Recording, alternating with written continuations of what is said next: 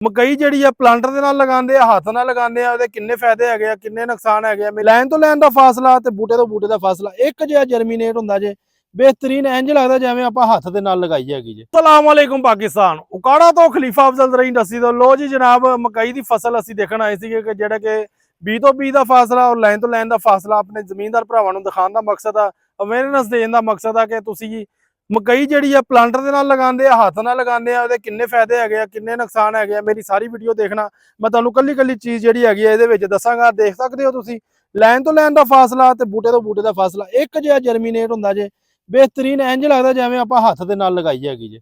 Line ਤੋਂ line ਤੇ ਬੂਟੇ ਤੋਂ ਬੂਟੇ ਦਾ ਇੰਜ ਜਿਹੜੀ ਹੈਗੀ ਆ ਸੈਲਜ ਵਾਲੀ ਆਪਾਂ ਮਕਈ ਲਾਣੀ, ਪਕਾਵੀ ਲਾਣੀ ਆ, ਭਾਰੀਆ ਲਾਣੀ, ਮੌਸਮੀ ਲਾਣੀ, ਜਿਹੜੀ ਵੀ ਲਾਣੀ ਹੈ। ਹੁਣ ਅੱਗੇ ਮੌਸਮੀ ਮਕਈ ਲਗਾਣੀ ਹੈਗੀ ਹੈ ਤੇ ਇਨਸ਼ਾਅੱਲਾ ਉਹਦਾ ਫੀਡਬੈਕ ਔਰ ਚਲਾਨ ਦੀ, ਪਲਾਂਟਰ ਦੀ, ਹਰ ਤਰ੍ਹਾਂ ਦੀ ਵੀਡੀਓ ਇਨਸ਼ਾਅੱਲਾ ਜਲਦੀ ਅਪਲੋਡ ਕੀਤੀ ਜਾਵੇਗੀ।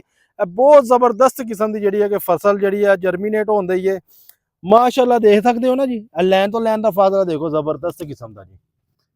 ਇਹ ਪਲਾਂਟਰ ਦੇ ਨਾਲ ਵੀ ਤੁਸੀਂ ਲਗਾ ਸਕਦੇ, ਹੱਥ ਦੇ ਨਾਲ ਪਹਿਲੇ ਮਾਈਆਂ ਚੋਪਾ ਲਗਾਉਂਦੀਆਂ ਸੀ। ਸਾਈਡ ਤੇ ਦੇਖੋ ਨਾ ਜੀ, ਪਾਣੀ ਵੀ ਲੱਗਦਾ ਹੈ। ਪਾਣੀ ਮਕਈ ਨੂੰ ਬਹੁਤ ਜ਼ਿਆਦਾ ਚਾਹੀਦਾ ਹੁੰਦਾ ਜੇ ਮੌਸਮੀ ਬਹਾਰੀਆ ਮਕਈ ਨੂੰ। ਠੀਕ ਹੋ ਗਿਆ ਜੀ।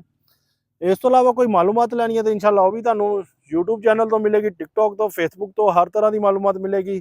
ਵੀਡੀਓ अच्छी लगे लाइक शेयर जरूर करना। जज़ाकल्लाह, अस्सलाम वालेकुम।